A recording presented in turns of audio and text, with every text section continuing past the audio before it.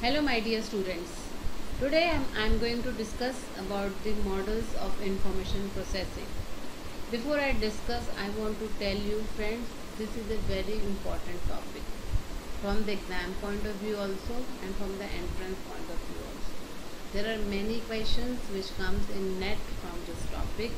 So before I start, I want to tell you, please pay attention to this topic. Models of information processing. Now friends, here is a little bit about me, you already know, so I am skipping it and I am coming directly to the topic. What is the information processing model? Information processing model आखिर होता क्या है? Information processing model एक वो framework है जिससे कि psychologist are able to explain कि मेंटल प्रोसेसेस होते कैसे हैं, हमारे ब्रेन में, हमारे माइंड में जितने भी प्रोसेस होते हैं, थॉट प्रोसेस जो होता है, सोचने का प्रोसेस जो होता है, वो प्रोसेसेस होते क्या हैं, कैसे होते हैं. तो ये कोई भी इंफॉर्मेशन हमारे ब्रेन में कैसे प्रोसेस होती है, कैसे हम याद करते हैं, कैसे उसको हमारे कैसे कोई भी चीज़ हमें ज़्यादा देर याद रहती है, कोई चीज़ कम याद रहती है, क्यों याद रहती है, हम कैसे भूल जाते हैं, कैसे याद आ जाती हैं चीज़ें, ये सारे मेंटल प्रोसेस बताने के लिए, समझने के लिए हमें ज़रूरी है कि इंफॉर्मेशन प्रोसेसिंग मॉडल समझें. फ्रेंड्स, हमारा जो थिंकिंग प्रोसेस है it just works like computer.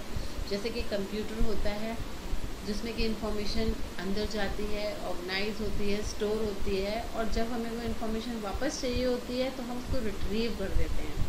Similarly हमारा ब्रेन, हमारा जो ह्यूमन माइंड है, कंप्यूटर की तरह काम करता है, जिसका कि एक इनपुट डिवाइस भी है, एक प्रोसेसिंग यूनिट भी है, एक स्टोरेज डिवाइस भी है एंड एक आउटपुट डिवाइस भी है. That means our human brain is having equivalent structure to our computer. Now friends, there have been many psychologists which have given their own concept on theory for information processing. Now there were two main, today I will discuss two main that are very important from exam point of view. The first one is the Vog and Norman model. That is a very primary model given by Vog and Norman in 1965. It was developed in 1965. They were the first psychologists who gave the classic concept of primary memory, and they explained the dual concept of primary memory and secondary memory. Actually they worked on the theory of William James जिन्होंने की they gave the concept of dichotomy of primary memory and secondary memory. With that concept उन्होंने क्या किया, ही explain कि हमारे brain में, हमारे head में दो बॉक्सेस होते हैं, टू बॉक्सेस होते हैं, एक प्राइमरी मेमोरी का, एक सेकेंडरी मेमोरी का, एंड ये इंफॉर्मेशन जो है इन्हीं बॉक्सेस में स्टोर होती है.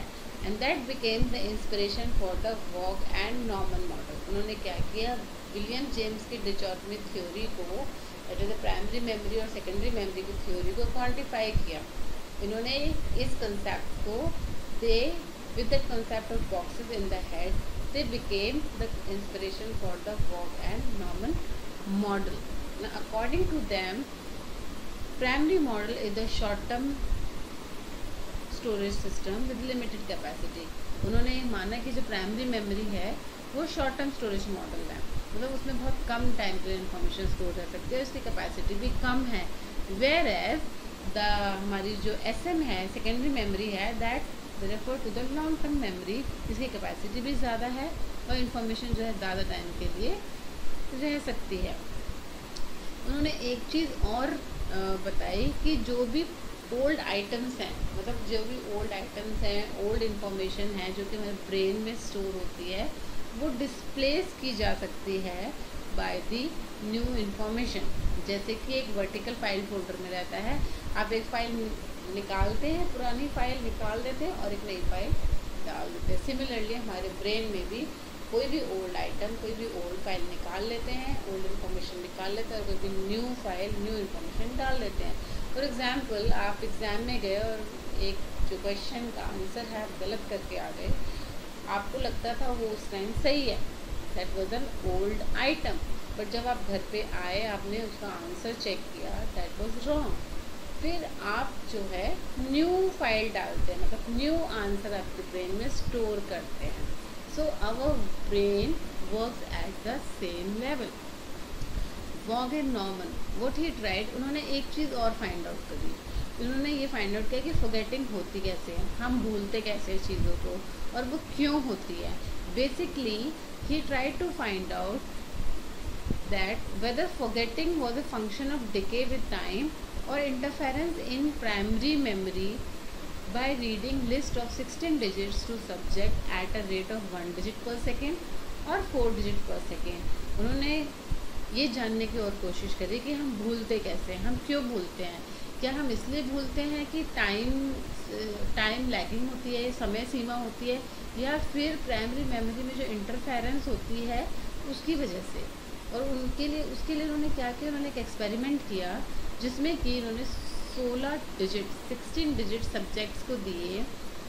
Half of the subjects were given जिनको कि 1 सेकेंड में 1 डिजिट बताया गया, और आधे सब्जेक्ट्स को 1 सेकेंड में 4 डिजिट्स बताया गया, ये जानने के लिए कि ये जो फॉरगेटिंग होती है, भूलते हैं, वो किस वजह से है. उन्होंने 1966 में और एक्सपेरिमेंट किए, और जिससे कि उनको पता चला, उनके कॉन्सिक्वेंसेस, उन्होंने कंक्लूजन ये निकाला कि interference to be greater factor than decay of time in forgetting in PM. उन्होंने बोला प्राइमरी मेमोरी में जो फॉरगेटिंग हो जाती है वो किस वजह से होती है. उन्होंने बोला जो इंटरफेरेंस होती है उस वजह से ज़्यादा होती है rather than decay of time. मतलब जो समय लैगिंग होती है, टाइम का जो सीमा होती है, उसकी वजह से इतना नहीं होता है फॉरगेटिंग जितने कि इंटरफेरेंस से होता है. इंटरफेरेंस जैसे आप मेरा लेक्चर सुन रहे हैं, अगर आप सिर्फ लेक्चर सुन रहे हैं तो आपको चांसेस है कि ज़्यादा याद रहेगा, बट उसके साथ आप फ़ोन भी देख रहे हैं, टीवी भी देख रहे हैं, या कुछ और एक्टिविटी कर रहे हैं, तो that will become a kind of interference. तो basically Waugh and Norman explain that the main role in forgetting is the interference is greater than the decay of time. For example, we remember only last part of sentence just heard with accuracy. जब हम किसी को सुनते हैं, अनअटेंडली सुन रहे होते हैं, तो हमें उस सेंटेंस के कुछ लास्ट वर्ड्स याद रह जाते हैं, एंड उस सेंटेंस के जो पहले कुछ वर्ड्स हैं वो याद नहीं रहते. दैट एक्सप्लेन कि ये इंटरफेरेंस की वजह से होता है.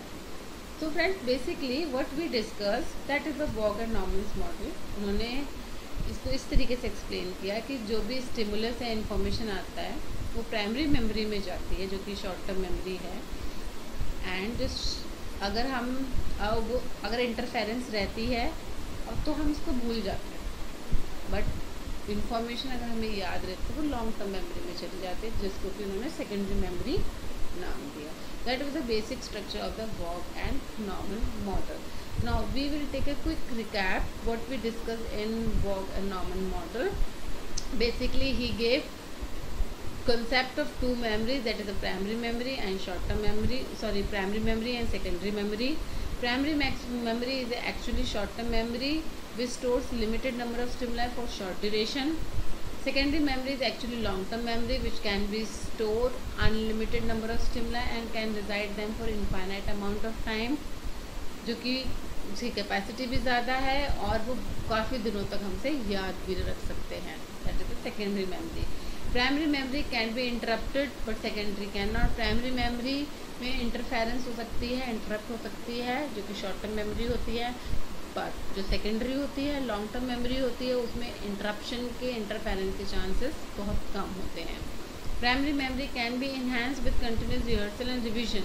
Primary memory that is short term memory जिसको उन्होंने बोला, अगर हम उसकी रिवीजन करते हैं, रिहर्सल करते हैं, लर्न करते हैं, तो वो जो शॉर्ट टर्म मेमोरी की इन्फॉर्मेशन है वो लॉन्ग टर्म मेमोरी में चली जाती है. As the interference increases less will be the efficiency of primary storage. जैसे जैसे इंटरफेरेंस इंक्रीज होती है वैसे वैसे ही एफिशिएंसी ऑफ प्राइमरी स्टोरेज, मतलब इंफॉर्मेशन जो है शॉर्ट टर्म मेमोरी में स्टोर होने के चांसेस कम हो जाते हैं. तो friend that was basic about the Waugh and Norman model.